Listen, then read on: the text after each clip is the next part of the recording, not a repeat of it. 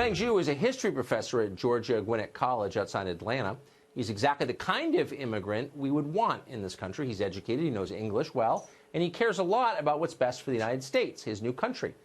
But Professor Zhu is also a vocal critic of illegal immigration, and for that, he has been attacked. It's a thought crime. Some are calling for him to be fired.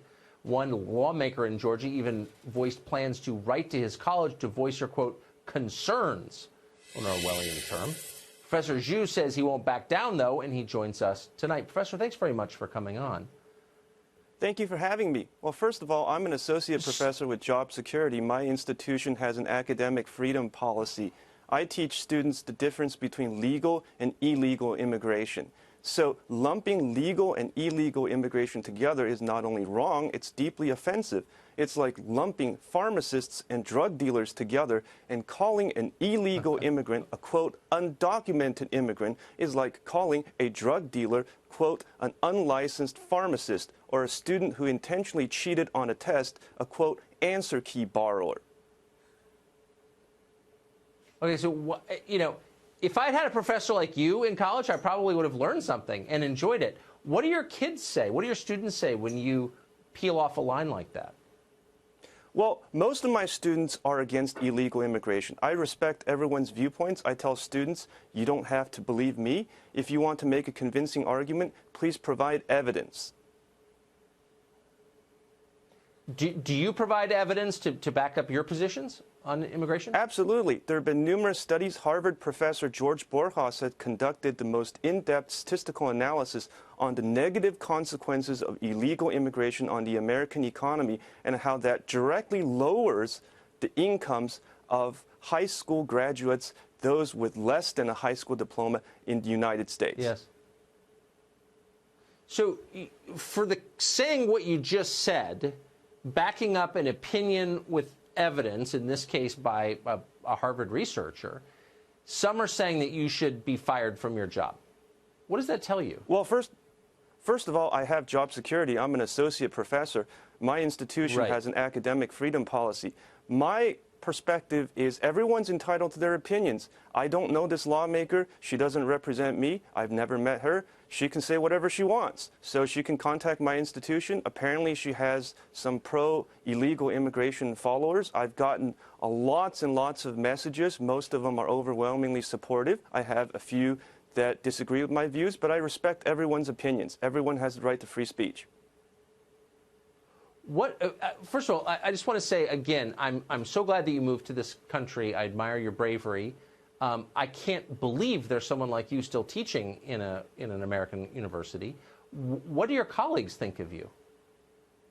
Well, I think most of my colleagues know my anti-illegal immigration activism, and they understand my perspective as a legal immigrant.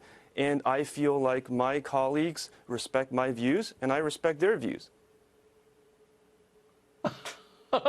Do you really think they respect your view? I hope you're right. So when you moved to this country and they told you that we had free speech here, you took that very seriously, I can tell. Well, here's what I'll say. I always vote in every single election. I'm a proud Georgia Republican. I vote in the Republican primary, and I'm going to work as hard as I can to help my friend, Congresswoman Karen Handel, get reelected in 2020 in the Georgia 6th District. Do you think your colleagues are okay with that, too? Well, it doesn't matter what their opinions are. I respect their views. Some of them live in my district, some of them don't. I assume more of them are liberal, some might be moderate, but at the same time, I respect their views, and they understand where I'm coming from, and I think they respect my views. Do you think the Democratic Party wants more immigrants like you? Well, I don't know, but I'll tell you this. In other countries like Canada, they have a merit-based point system where they give priority to well-educated legal immigrants who have college degrees, who can speak English, and who have job skills that are needed. No country on earth has 12 million illegal immigrants and give birthright citizenship to the children of illegal immigrants. I'm for any program that admits more people like you into this country. But wouldn't you think that Democrats would be happy to have you? I mean, if they're pro-immigrant, I imagine you must be getting calls from Democratic lawmakers just thanking you for expressing your opinion. Have you? Well, I'm a Republican, but I respect a lot of Democratic lawmakers. So I think that, for one thing, is the United States has 12 million illegal immigrants. No other country on earth has Right. 12 million illegal immigrants and gives birthright citizenship to the children of illegal immigrants. So if you look at Canada, you look at Australia, they have a merit-based immigration system that gives Right. priority to those with college degrees, English-speaking skills, and job skills that can contribute to their economy. So they have very few illegal immigrants. Of course, if you cared about your country, that would, of course you'd have a system like that. It wouldn't even be a question. Professor, thank you. You're welcome on this show anytime. It was great to have you tonight. Thank you for inviting me.